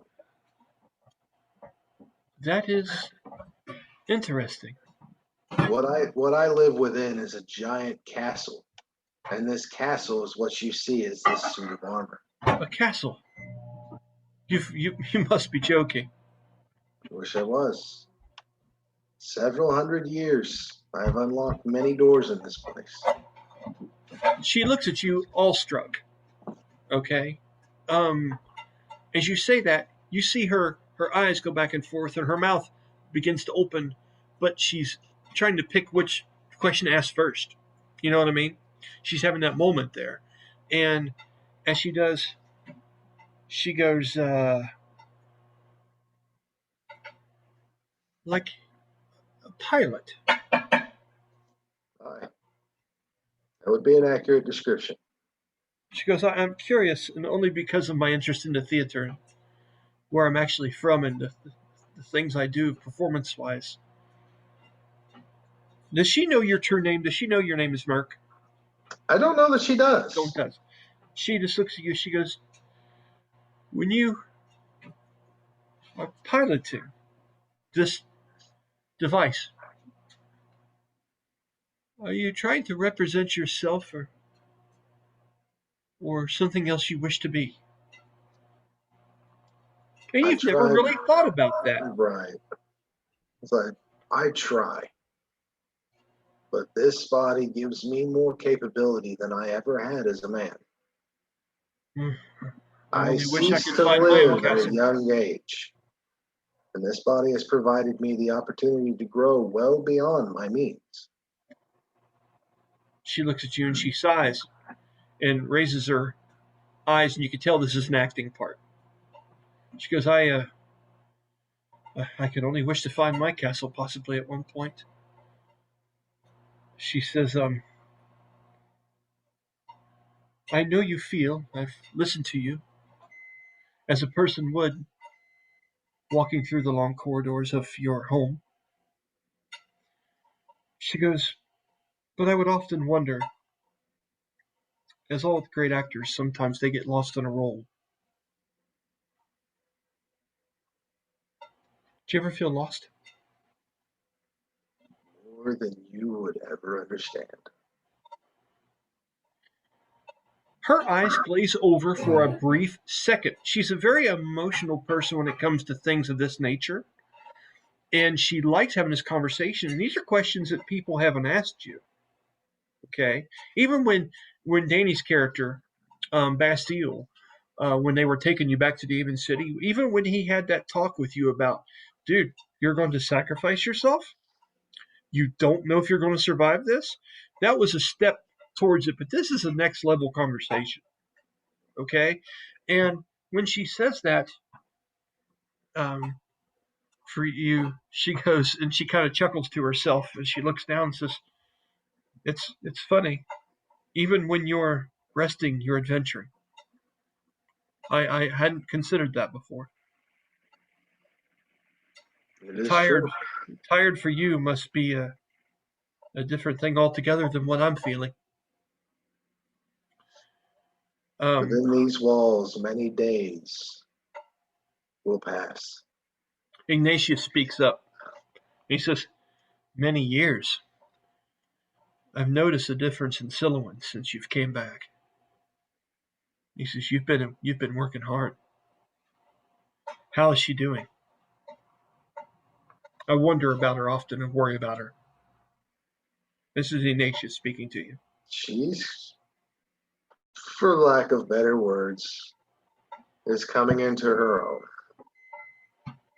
She's progressing well in her martial prowess. He Her smiles and shakes emotional his head. side, on the other hand, needs work. He goes, I can I can barely remember being that young, let alone being in a new place. I can only imagine, as he looks with bewilderment on his face, what she's going through. But but she's a good person, and and hopefully someone else sees that in her. He kind of nods, looking like someone that knows it's. He's just very worried about how she'll do. Um, at that point, you guys get very close to Vander's shop. You're on the same block as a lot of different places are. The Heart of the Beast is on this block as too, and you guys go by the Drunken Mug on the way there. As you do, you would see Tamara engaged in a conversation with Taryn, the large gold Draken bouncer paladin that is outside the door for a brief moment. And when we come back to you, Kara, we'll start there and you can have that conversation, okay? I love doing that, crossing shit over a little bit. Uh, as you guys pass there and you head to Vander's, the door is closed, but there are dim lights on the inside that are on still. You know that he leaves these on and that there's really no time that Vander won't answer the door. Um, and you would also notice from a window up above the place, there's a small lantern light, and you see the small hands of a young girl pressed against this large half circle window with these large half circular shutters open. The window being cracked just barely to level of a cold area. And you see the silver blue eyes of a young girl peering out and watching you two walk up the street towards the shop. When you look up and notice this, the girl looks at you for a minute and you can see the mouth make a oh kind of face. and she ducks away from the glass, leaving the handprints on it from the dew, from the heat from the inside, like if you put your hand on the windshield. Okay. I think at that, when Brahmas did see her before she darted out, Yeah. he would just holler up, "Mind yourself of the window, little one. Fall out." As you say that, Ignatius kind of looks up with a knowing nod. Hey, Autumn, there's a spoon in that. Don't put that in the microwave. It's done. Okay, I was just nervous. Okay. All right. With that, I need to go to the bathroom severely bad. You guys want a little bit of a break, and then we'll go ahead and take our 15 now. Is that cool? We've been doing this for about an hour and a half, so is that good? Yeah. Okay. All right. So I'm going to pause recording in just 1 second, and then we'll talk for a minute and go. Okay. So we're pausing now. Okay, we are recording again. Good deal. Heather's Good coming deal. back. All right. So we were talking about Brahmas and his interactions, and they just now get into the shop. You saw the young girl, which you happen to know her name is Ember, that saw you from the top window above Vander's shop. She's usually the one that he always has fetch books for her and all kinds of different things of that nature. Have you had interactions with her before, Brahmas? I think you have, haven't you? I think so, because I think wasn't Brahmas with Sade whenever he was supposed to get the crossbow and the bolts and all that. Yes. He was talking about something or other that day. You guys were in there, and that was right before the fight with Adam happened out in the court, of course, right? Yeah. Yeah. So, yeah, you were around then. So, yeah, you've seen kind of how that goes. I know Ignatius Yeah, is 'cause scared. Vander mentioned something about the door, so she like side-eyed him and then kicked the door shut or something. Right on. Yeah. That was funny. So, you said, I remember you going, having seen her do that, you mentioned to her, little one, make sure to close the window. Yeah, don't fall out. When you say that, Miyasha and Ignatius look up to you as if they didn't know who you were speaking to. Are you saying anything to them? They seem a little bit curious about your saying this out loud. Yeah, he just look at them and then point up at the window. Ember is up there messing with the window again. Miyasha has never had any experience with this. Ignatius just kind of nods. Yes. He goes, ever watching the librarian, he says. At that point, he goes ahead and, you would go ahead and proceed. You would notice that there is a lantern light that seems to be growing and getting brighter from the inside of Vander's shop as you guys approach. Okay? Merc, you're used to long hours and things like this, and you just now start to think about how tired everyone must be around you. You know what your sleeping arrangements typically are and where you go. Okay? Ignatius has his place up in the highest level of the city. And as far as Miyasha, she has somewhere she goes as well. Okay? You wouldn't have any idea of that. With that thought on your mind, is there anything you want to say to everybody before you head in here? Let's not keep this late. I know we've been through a lot. We should try to keep this short with Vander if possible. Get some rest. We can always return in the morning to discover what he's thought of. Okay, as you say these things, you see Ignatius take a different physicality as he kind of, someone's been sucking their gut in, is finally relieved a little bit. After that, he just kind of nods in response. At that moment, the door opens to the shop. You guys are at the foot of the steps. There's a covered porch that has several round stone tables with chairs and shit, and there's the leftovers from people that have drank wine on them throughout the day and things of this nature. And as he opens up that door, and just to remind you guys, Vander looks like Timothy Dalton that played James Bond way back in the day, the much older version of him. Very chiseled features, short black beard with gray stripes coming down from the mouth. He wears green and gold robes and has a certain odd coloring to his eyes. They seem to flash almost like there's some kind of multicolored jewel. You catch different shades of gold and different shades of green and different things if he's at different angles of you. And he has a long halo of a circlet that encircles his head. Seems to be some kind of grand, like wizard looking figure. Does everybody kind of remember that? Has a deep, steady voice. And as he opens up the door, he looks to the right and he looks to the left. Come inside quickly. You have the item, I trust? Is He's in our looking at you. possession. I know I'm not there, but Silouan shivers just a little, just like, oh, I don't know, Okay. because Hey. because Vander, I don't know if I trust him. Oh. She perks. She's in the middle of talking to Dahan. She just perks up like, Yeah. He's like, what?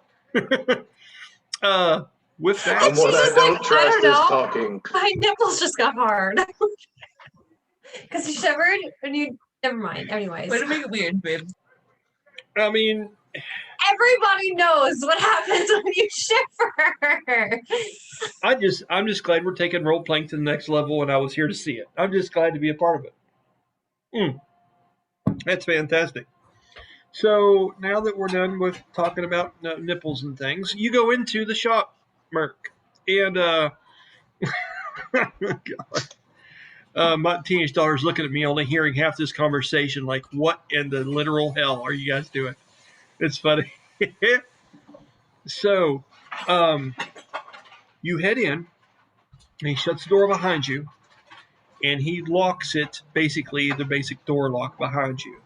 And he waves a hand, and he says a small phrase underneath of his breath, and all the lantern lights dim, and they grow brighter by the actual main table that he conducts his business at, which is like this long wrapped around bar that's in the center of this place, on the main floor. He goes back behind his counter, as he normally does. He walks, and the cloak usually drags the ground just a little bit behind him, this grand golden green robe he wears. And as he goes, did you all seem to have the same disturbances that we did here in this part of the city? I can't speak for everyone in the city, but we did encounter our own disturbance. I have several different wards that I've placed along this facility. Facility that ruins that keep things from coming in and getting out. We should be safe here no matter what happens. With the best of my humble abilities. He looks around, he looks at Ignatius, recognizing that he's the one carrying this device. I He was goes saying, back. Brian, in saying that and him looking around the glyphs and everything, talking about that whole thing, Yes. as a safety measure, Brahmas would cast Divine Sense. Okay, to give me a brief description of what that covers. Let me get it here. Hey, is that popcorn popping yet? Presence of strong evil registers on your senses like noxious odor. Powerful Heat that good butt rings like heavenly music. As an action, you can open your awareness to detect such forces. Until your next turn, you know the location of any celestial fiend or undead within 60 feet of you that is not behind total cover. Okay. Take it out in just a few seconds, and I'll stir it and put it on there, okay? So that makes sense. And does it talk about within how far of you? 60 feet. They can be detected as long as it's not behind total cover. So if like something were to slip past the glyphs, like I don't think he can detect it behind a door. Okay, and what was the list of things again? Celestial fiend or undead. And it says you know the type, but you don't know the actual identity. Like if you were in the presence of Count Strahd, you'd know it was fiendish or undead, but you wouldn't be able to nail it. That's Strahd. Okay, so As you're casting this, Vander is looking up at you as he's laying out some kind of parchment on the table. It looks like some kind of large dinner cloth, but has different kinds of runes and things on it. As he unrolls it and sits down, 4 stone-like looking devices to hold down the rolled corners. These, you would think they would be paperweights if you were a common person, but you know better. There's something more to this. And as he lays it on the wooden countertop, and you cast this, he gives you a long look, but he doesn't stop you. And there's something strange that happens, promise. You don't get a sense of any of those things, but you get a conflicting sense, as if there's something within a certain area of you that has been heavily influenced or touched or crafted or done by something that is celestial, fiendish, and the other one, all three. Um, as he looks at you, he says, Merc, to use something like that in this place would be like trying to use a compass at the top of the world. This is true. But you cannot blame my safeguarding. Any extra measures could possibly help. Extra measures are greatly appreciated. I worry too. I worry too. Somebody is clearly after this thing that we have. What are they? We can't risk it getting into somebody's hands, especially not in soon time. He takes his finger and he points it up. He goes, indeed. The larger issue being who and why. Is it someone that longs for this as once being a goblin lord themselves? Is it the spirits of other undead goblinoids being drawn to it? We intend to find these things out to their entirety. When the mass came together and went on to Tamara, that was it. It basically just like floated on its own and fastened to her face, and It looked like an animated object, yeah. right. And he would relay that to Vander, kind of what he's seen happen and how it attached to her face and everything. Okay, roll me an Arcana check.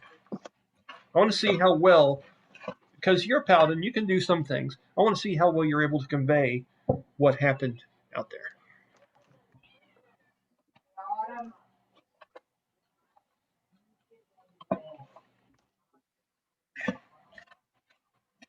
It'd be a 13. Okay. Your explaining of it and what it did, you feel a lack of expertise when it comes to just talking about something of this nature.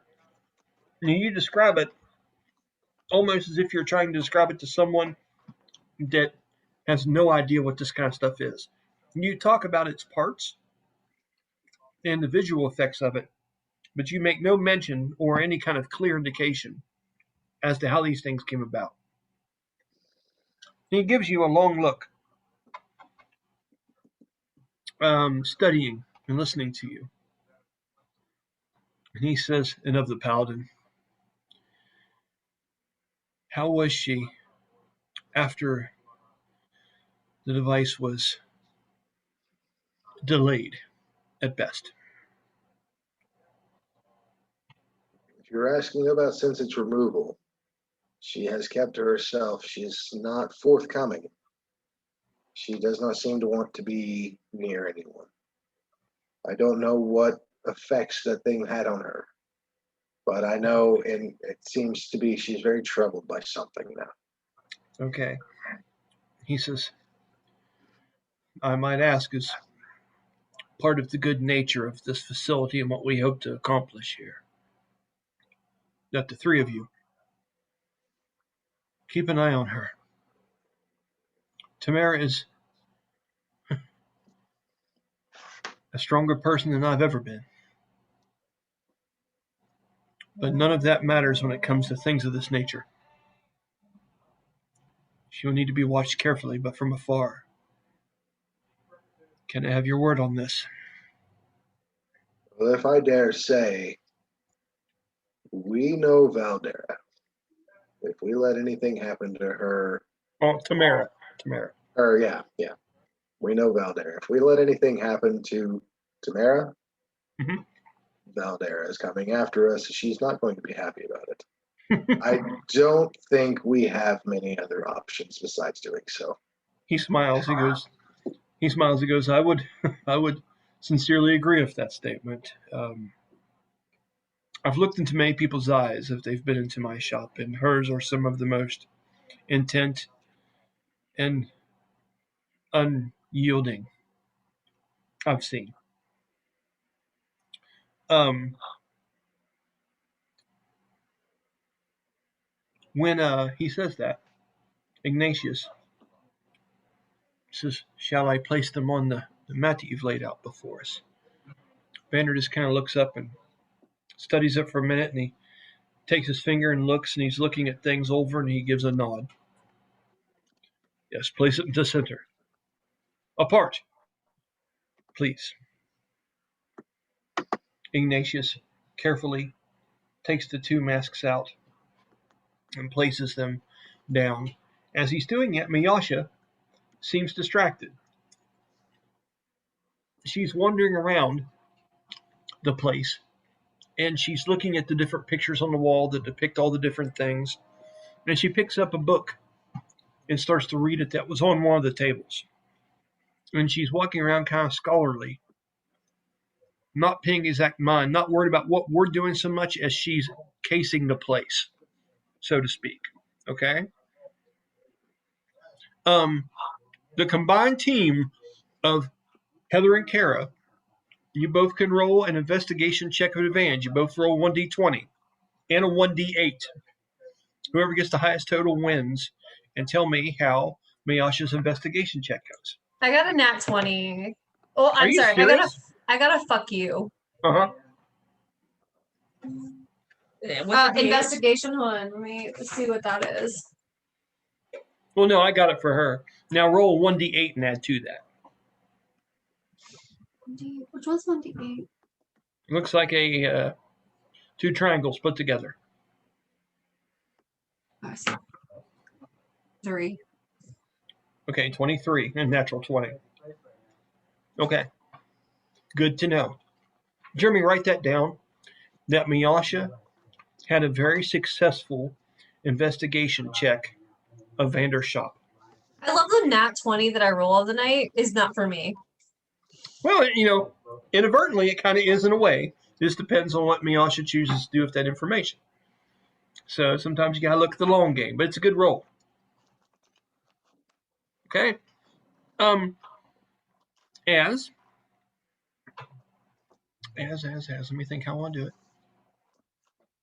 Okay. As he lays it down on there and it's into two different pieces, he sees the large, jagged crack that has separated into two different spots. You can't help but look at the shadows in a long way, just expecting, Brahmas, something to reach out of them at just the mere look of this. You know the necrotic damage, and as you're standing in there, there's a wind that blows through the place, and the curtains move a little bit. Mind you, the castle is made partially of your memories and your own personal experience and feelings, and it triggers certain things to happen to you when you look at it this closely again. It's almost like being in a house and being home alone and feeling like someone might be in there with you. Is how I would describe the feeling. Um, as this happens, he looks the item over and he says, I have a place that this object will be put to rest. I myself will not be conducting the studies on this particular artifact. But we do know a few things about it already. once I knew that it had entered the city and this was a possibility. And I had had a conversation with Sade, which I'm assuming has survived the goblin attack. He's looking, asking you, Promise. She did. Okay. I have a network of people that communicate with me. They have told me some very, very interesting things about this. This was not meant to be in sophisticated hands. This is a barbaric instrument created by a goblinoid. And he says a term that you are not quite familiar with, but you've heard legends about it, called a hobgoblin. Okay? He says there was a hobgoblin named Girthrall. Okay? And Girthrall had this mask created specifically for him to be able to reanimate goblins that fell under his service. I'd like for you to roll me a history check, please. Moment here. What's that, bud? Say one moment. She and the kids are back. I put my headphones in before they. You're all good. Go ahead. I'll eat popcorn. Just like I say, you're rolling a history check to see what you know about hobgoblins. 3 plus 3.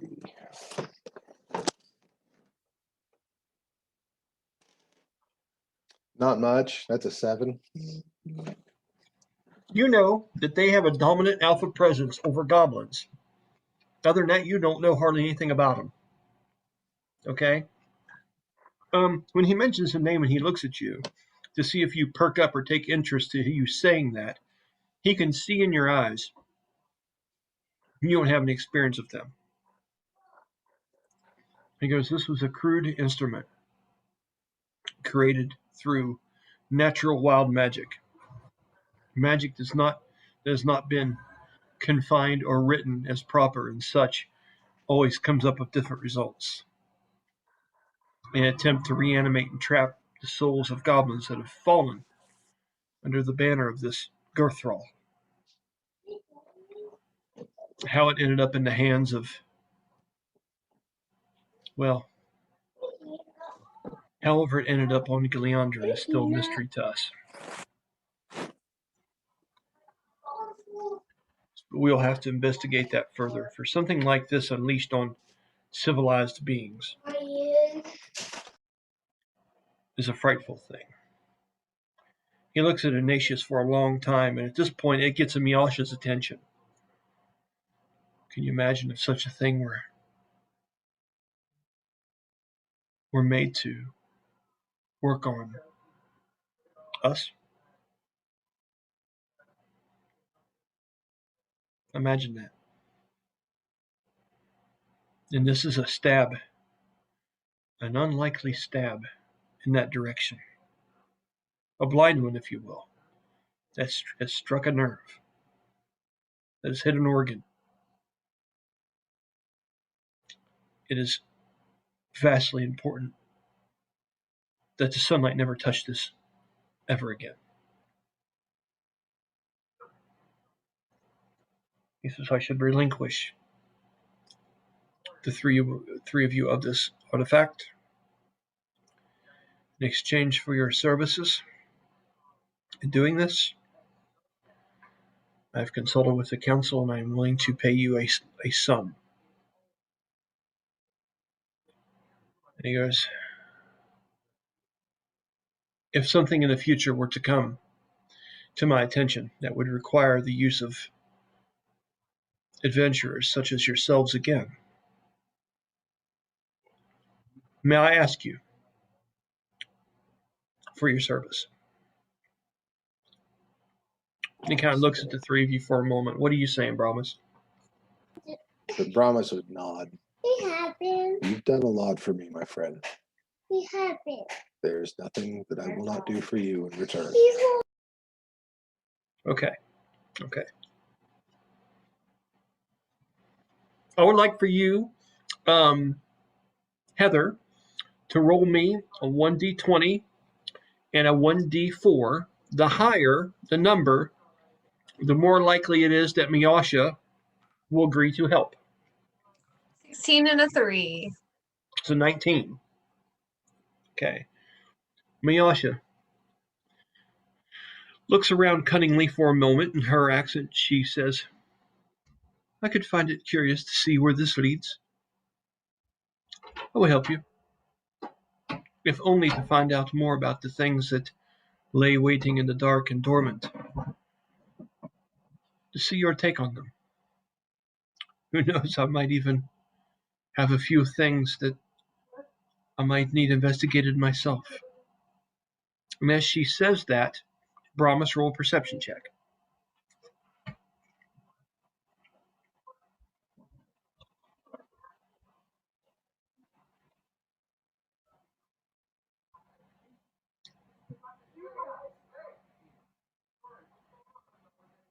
It's an at 20 for 22.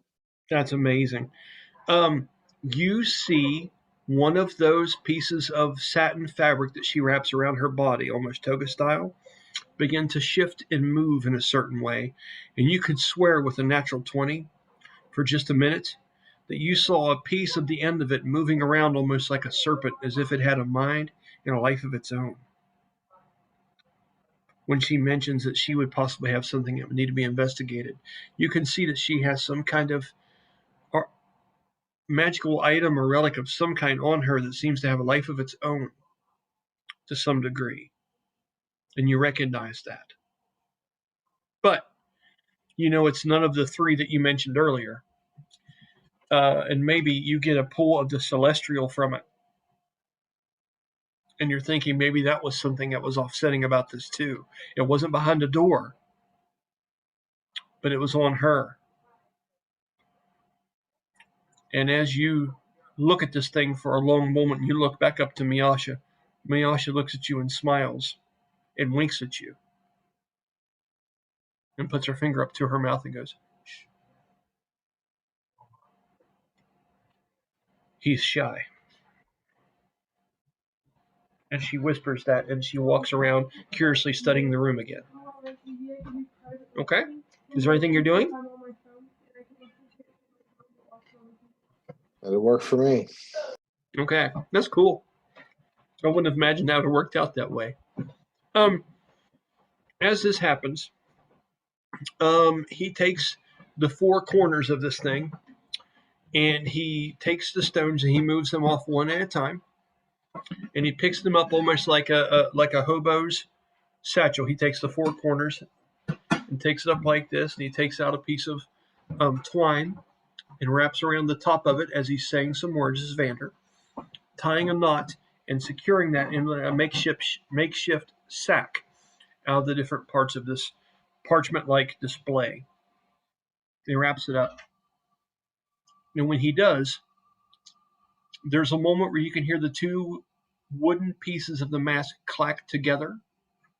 And there's a second where he holds his breath.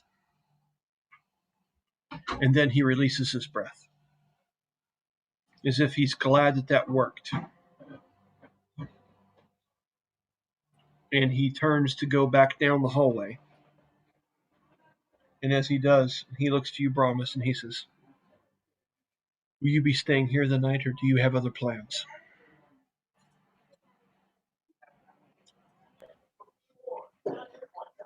I don't feel like there's any immediate threat. I think I could finally rest my body here for the night. Okay. Ignatius says, I don't have too far to go to get to where I need to get some sleep myself tonight. And as he does, you can hear him kind of rustle his feathers of his wings behind his back.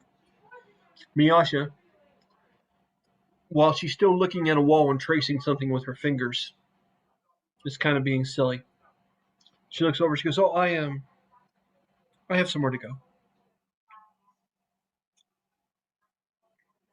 Hoping to have pleasant dreams tonight." She goes, and she looks over at you for just a minute, Brahmas, and she walks up to you. And she goes, I hope to see you tomorrow. I have some more questions.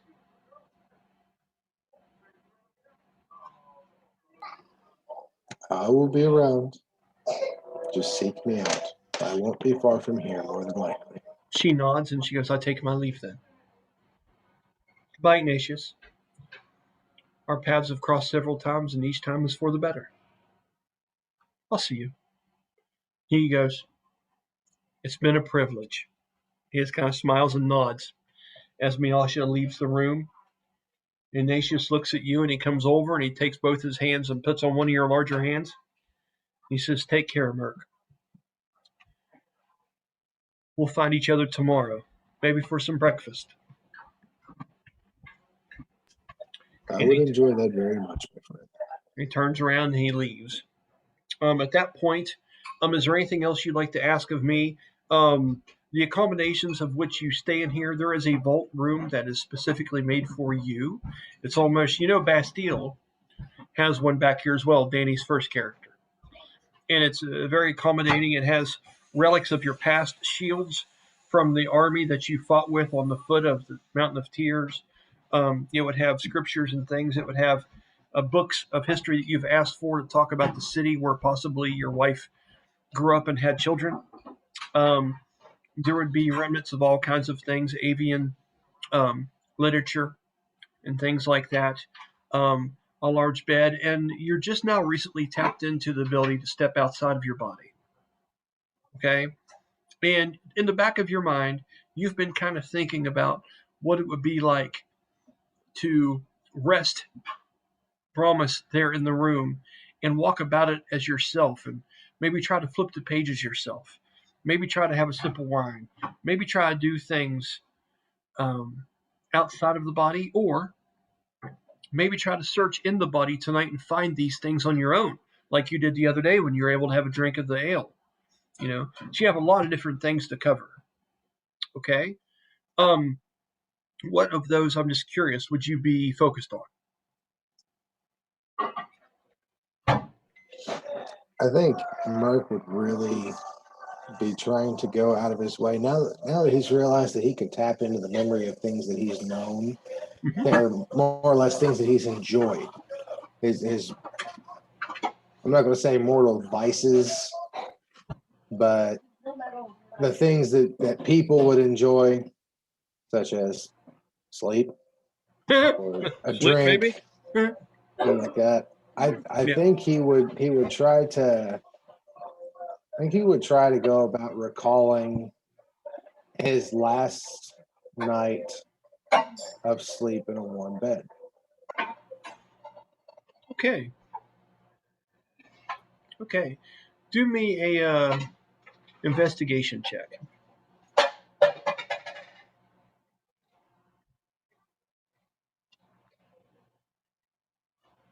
Easy, not the whole thing. 15. 15. Okay, just a minute. Oh, wow.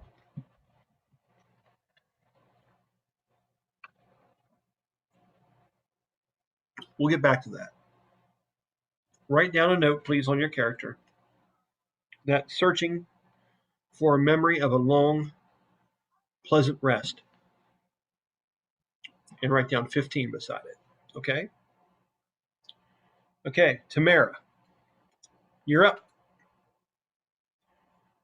I'm glad. Thank you for being patient, by the way. I'm glad you've been able to enjoy kind of what everybody else has been going on.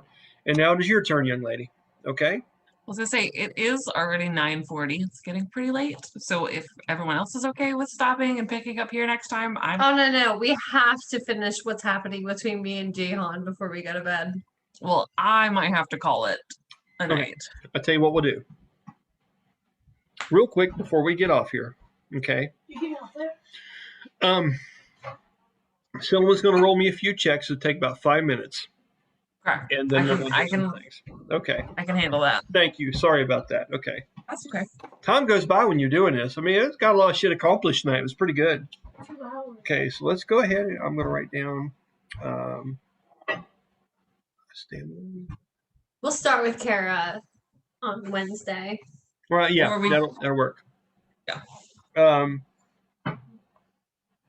But I just can't wait until Wednesday to figure out what's going to happen here. So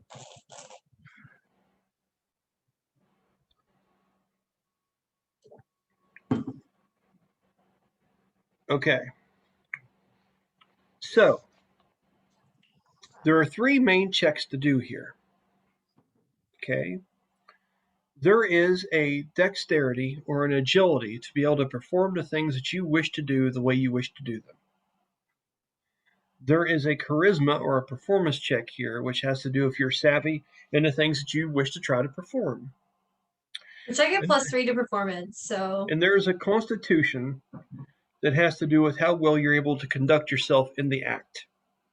all right, let's do this. Okay. So, without being overly perverted, do you have an idea of a place that you well, he said he was going back to the ship. Okay. So, as you guys go into the Lylon, his quarters is pretty close to the actual surface of the ship. Being someone that's important on this ship, he is someone that is not but just moments away from being able to get onto the deck as quickly as possible. Okay. As he walks down the long corridor with you and leads you that way, he asks you, he says, am I mistaken to think that you are, or at least were at some point, a bard? No, you were not. And do you have a song that you prefer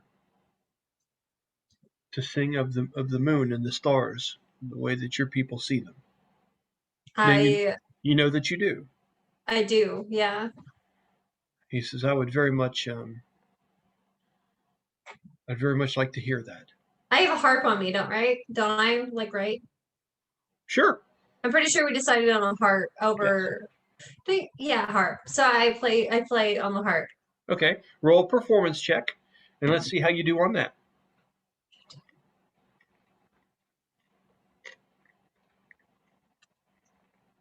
$23. Very good.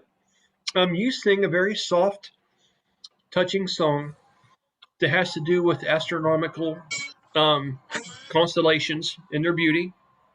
You have to do with as you sing this, you sing it confidently.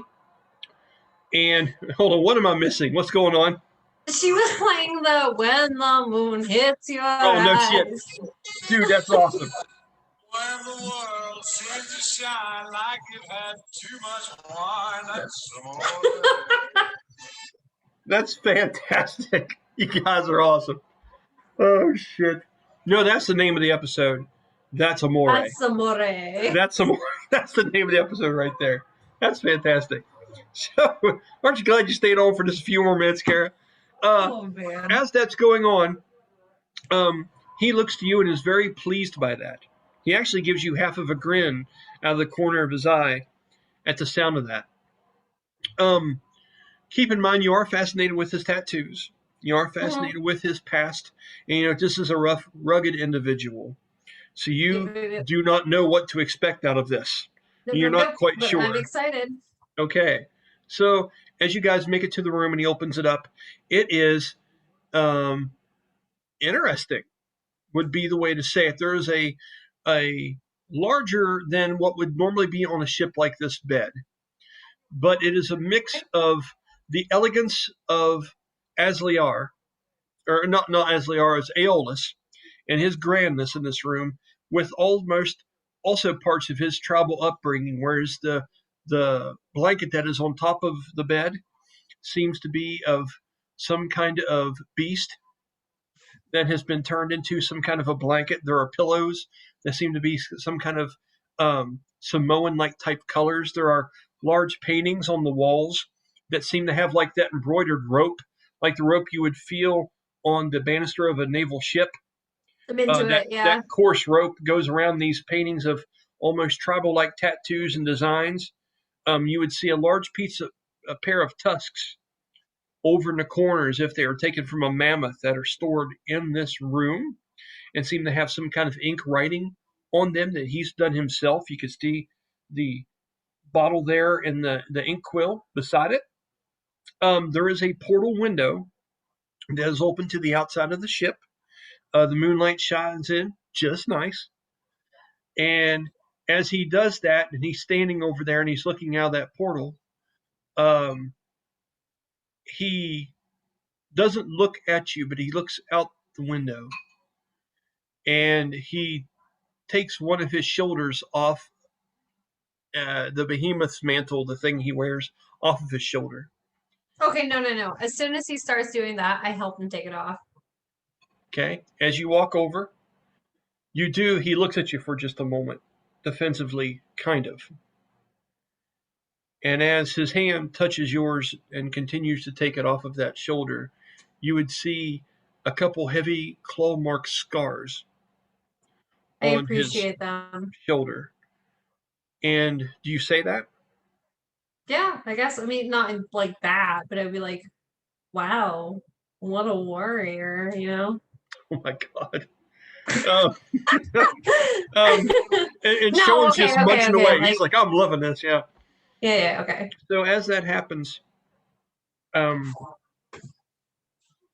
he is very thick across the back, the way that he's built. And as that drops off, he takes your hand and he matches it and continues to pull that down. And he turns to you and he puts his hands around your waist and Ooh. he pulls you into him slightly. And it's amazing how gentle but how sturdy he is being. It's ridiculous. Like, you knew if you tried to like move side to side, there'd be no way you'd get away from this guy. And Is this very Khal Drogo, Khaleesi? I guess it kind of would be. I didn't think about that, but it would have that kind of that feel to it. Actually, that's a good call. With that, from here, he takes his right hand and removes it from your hip and begins to move your hair out of your eyes. Oh. And he moves in. And now let's go ahead and roll some checks. All right, let's do it. Okay. First, let's go ahead and go with the plan.